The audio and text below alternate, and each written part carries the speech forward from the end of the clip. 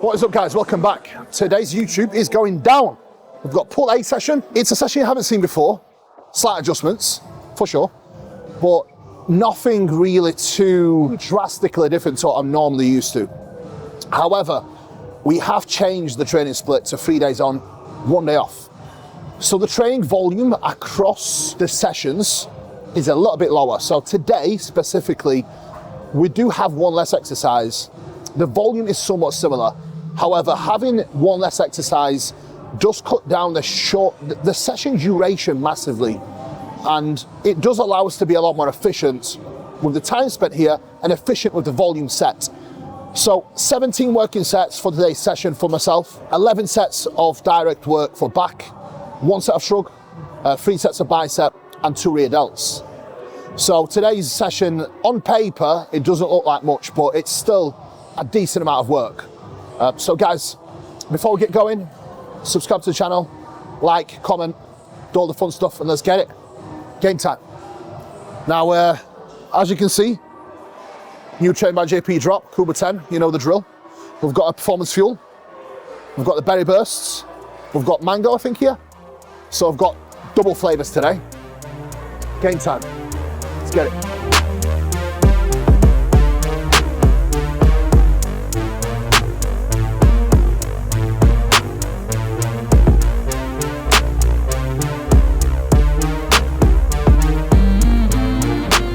The warm-up for the session is, as always, a couple of sets of pullovers and some planks, some hang and stretch, and then straight into working sets.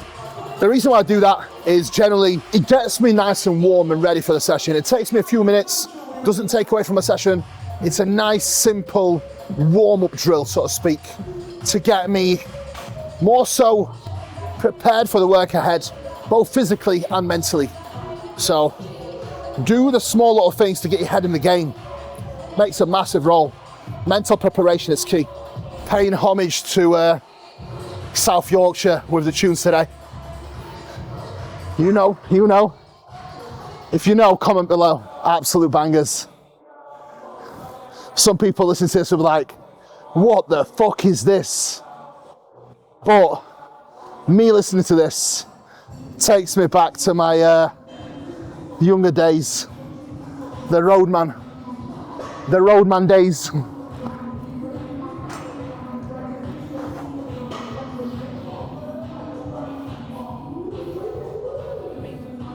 That's one of the best natties in the world, believe it or not. Jack Eagles. Obviously not Jack. Not Jack, the fucking Roy Dead. I'm surprised you're allowed to train with him. No. Legit. Of course I am. I do what I want.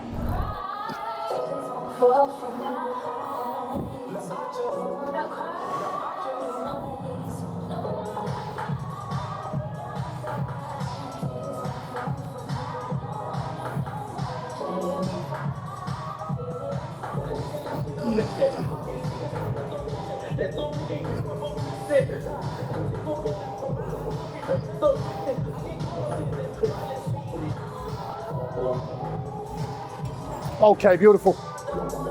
Right, exercise number 1, single arm cable pull down. The focus here is more so lower lat. Now, the reason why I'm using this setup with pull downs feels great. And it's easy to set up, plus it gives me a lot of variety between the machines that I still have. So again, if you don't have this, you can set this up on almost any cable. So utilize it. This is why I've got all these different options in the gym. You don't have to just the same exercises. You can do multiple variations of an exercise with a variety of equipment that you have available for yourself. Fashion show continues. New clobbers here, new trousers.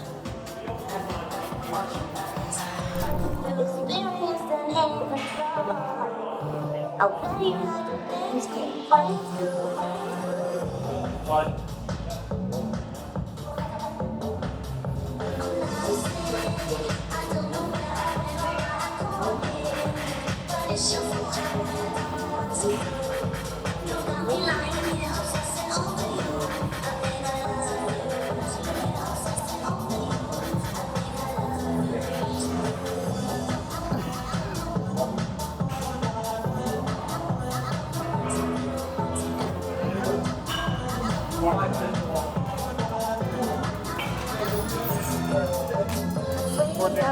yourself.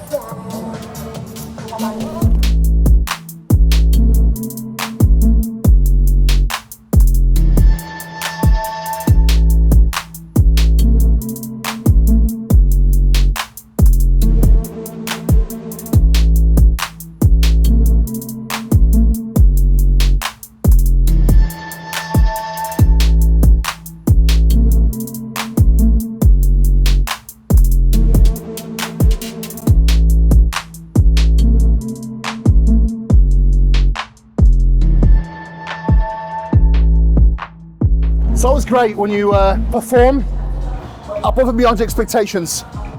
The goal here was 12 good reps, we got 13, so always a success. Almost 270 with still pretty damn good vascularity.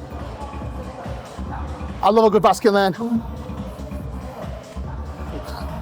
So my approach going to an exercise, I never really want to chase any specific numbers. My absolute goal is to make every single rep as hard and as accurate as possible. Now, I'm trying to be powerful whilst maintaining my composure and execution. There is a middle ground that you have to have when it comes to balancing your intensity, exercise setup, execution, and tempo. Getting the hang of that is true mastery in training, because this is where you will be able to move maximum load that you can handle whilst being able to stay safe and still limit any potential injury risk and maximize stimulus to fatigue ratio. So key is being as powerful as you can, remaining in control, not breaking your set down, and taking your sets as close to failure as possible. That is, in my opinion, the most effective way to train. So no extremes, somewhere in the middle when it comes to balancing each variable.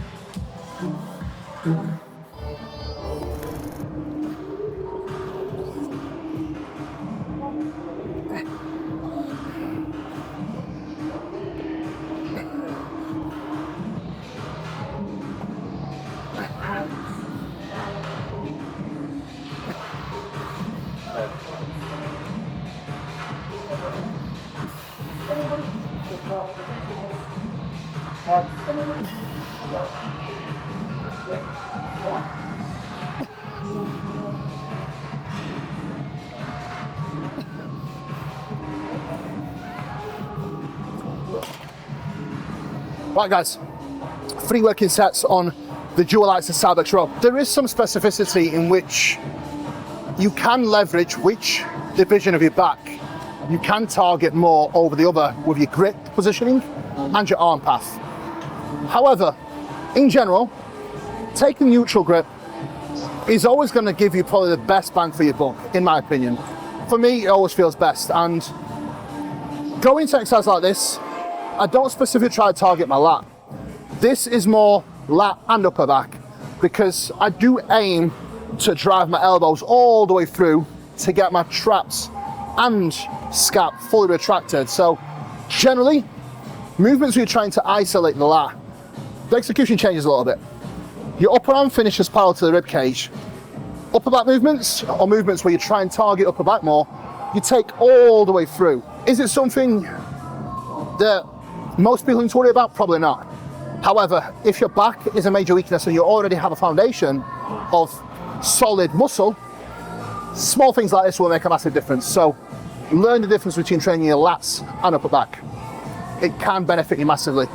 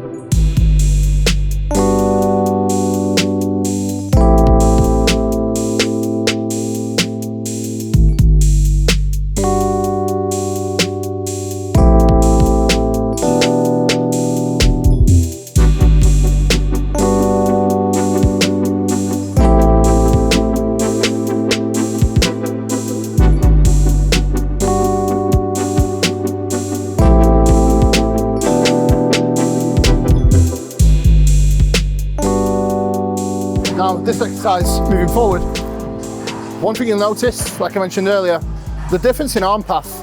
Same grip, obviously taking a neutral grip, but now the difference is we are specifically driving our elbow down and into the pocket of the hip.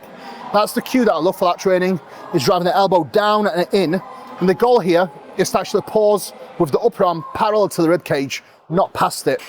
So if I was to drive all the way through and past it, again, engaging a much more upper back and traps. Here, the goal is the lats, so driving the elbow down and in, keeping the range of motion somewhat shorter.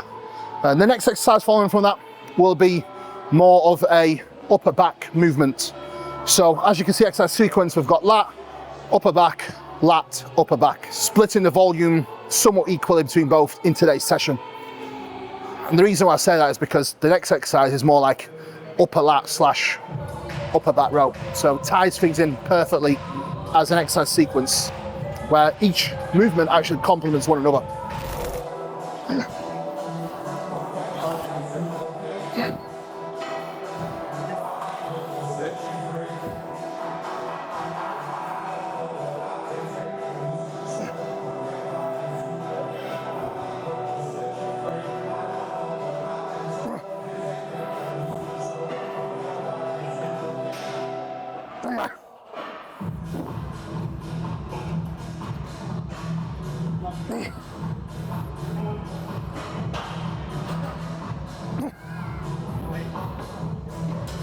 Got my EP.16. This is actually like 10 grams of black currant, and which flavour was it I've opened up? Might be orange, maybe. So it's a funny mixture, I'm not gonna lie. See what this tastes like. It's actually much better than expected. Pretty decent actually. Might have to mix it. I do it a lot of whey. I like to mix pistachio and banoffee ISO Pro. Tastes incredible.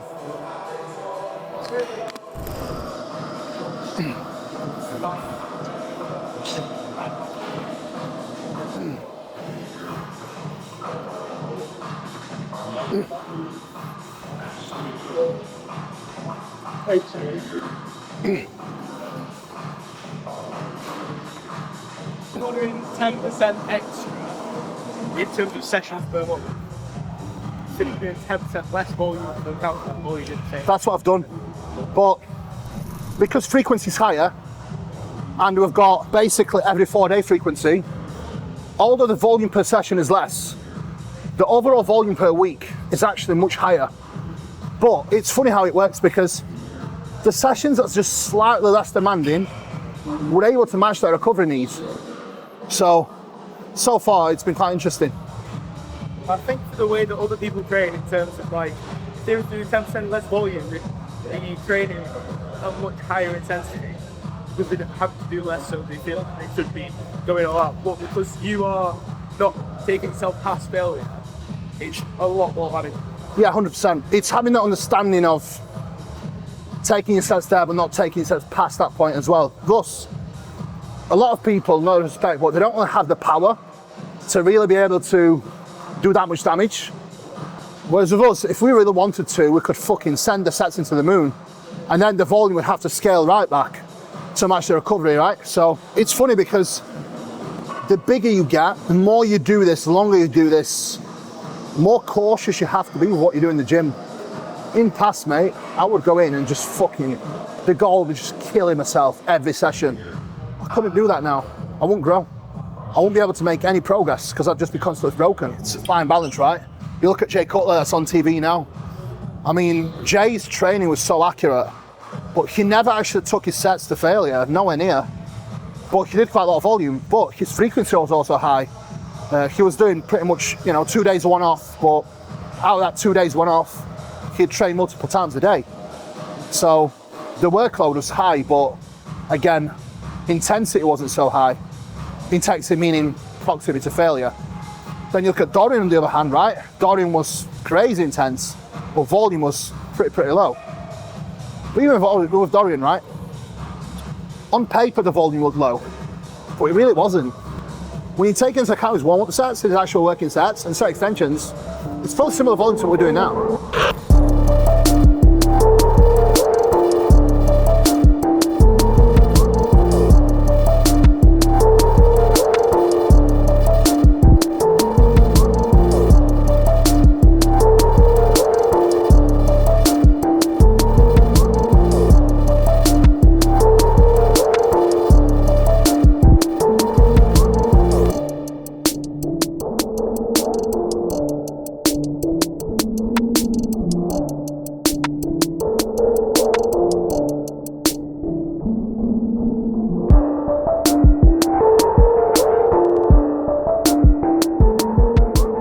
The main thing that I always see people do on any rowing movement or a pull down, they often try to overreach.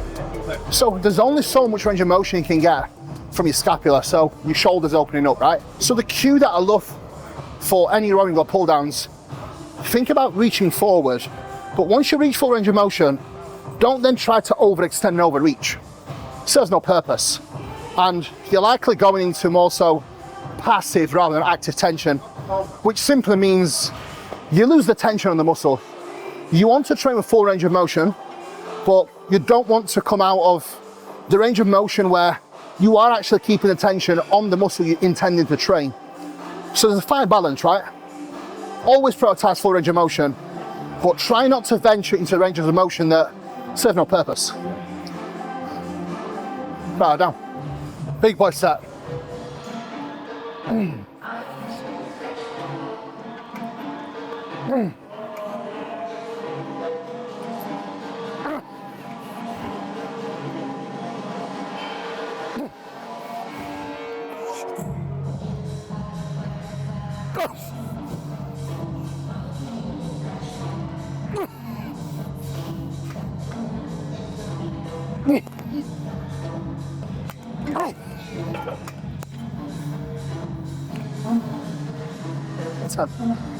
Ten? Nine? Fuck off, bastard.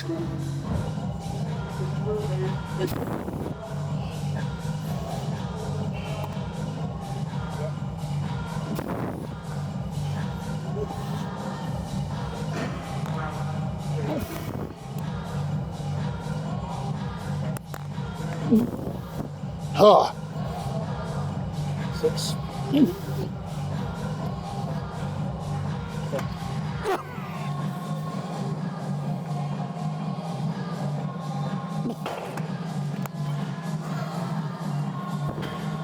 That shrug variation is nasty.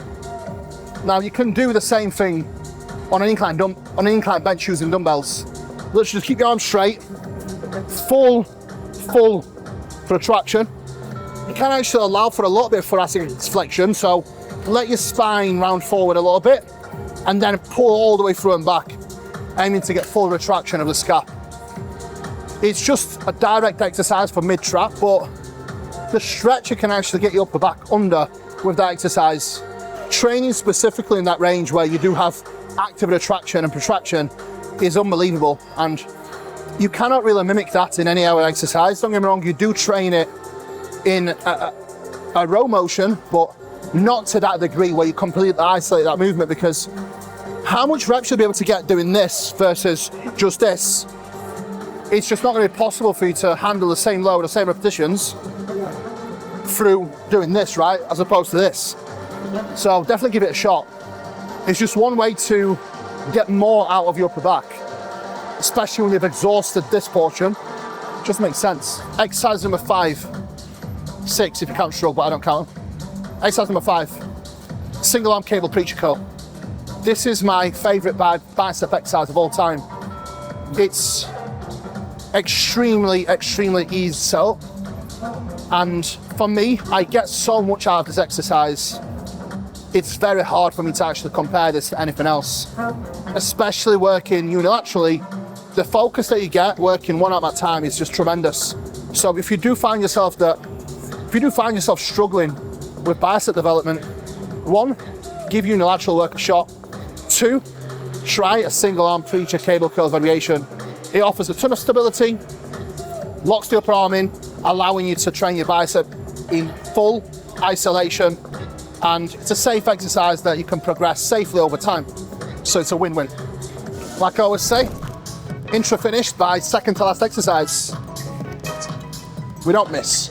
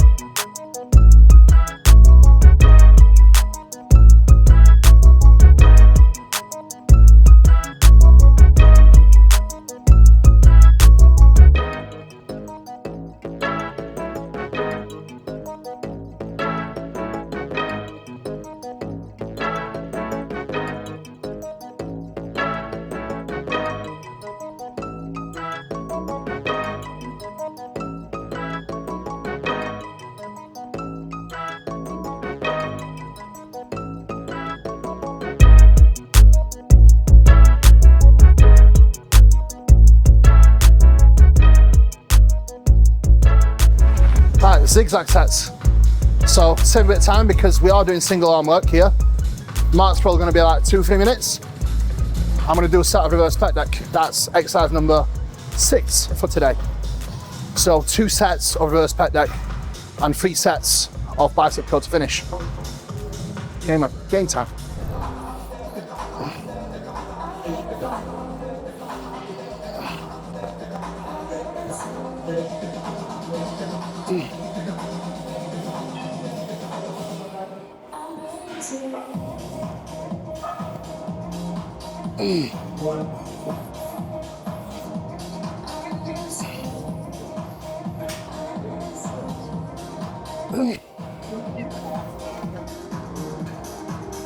Fucking hell.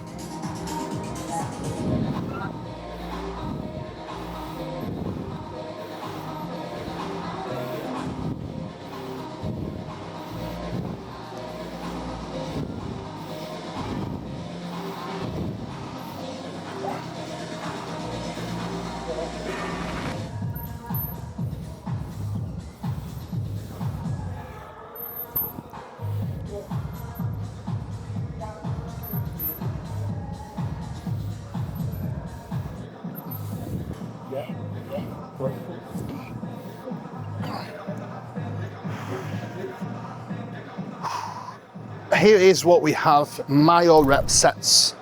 So I've got 3 sets here. We are using the same load for all 3 sets. So set number 1, we did 15 reps, I think.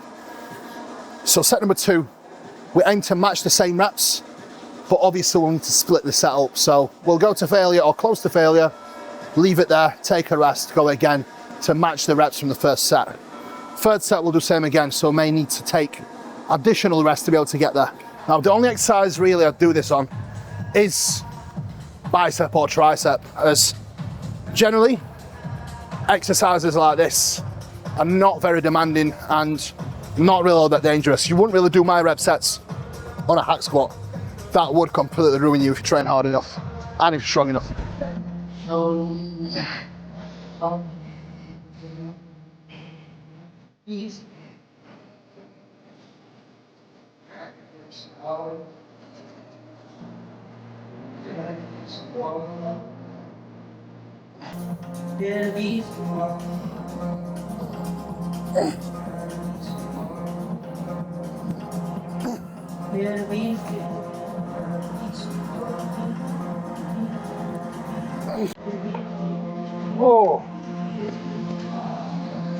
fucking hell.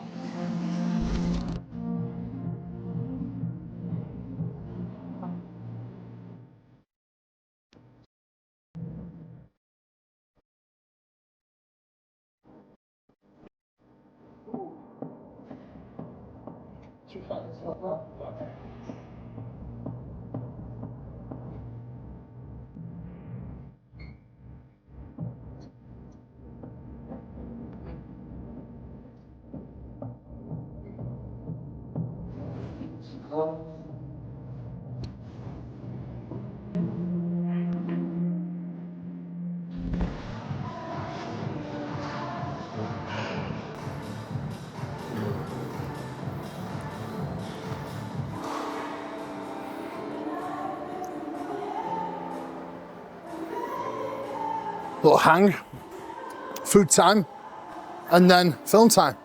Guys, that's session wrap up. 17 working sets total. Hope you enjoyed today's session. Definitely a fun one. Somewhat shorter to what I'm used to, but it's what we do. I think higher frequency so far has been working great, so I'm gonna run it up for as long as I can, and as long as the body can handle it. So one thing I'd like you all to remind yourself is you don't know what you can handle until you try it. So get after it, guys. Please like, share, subscribe. Take care and peace out for now.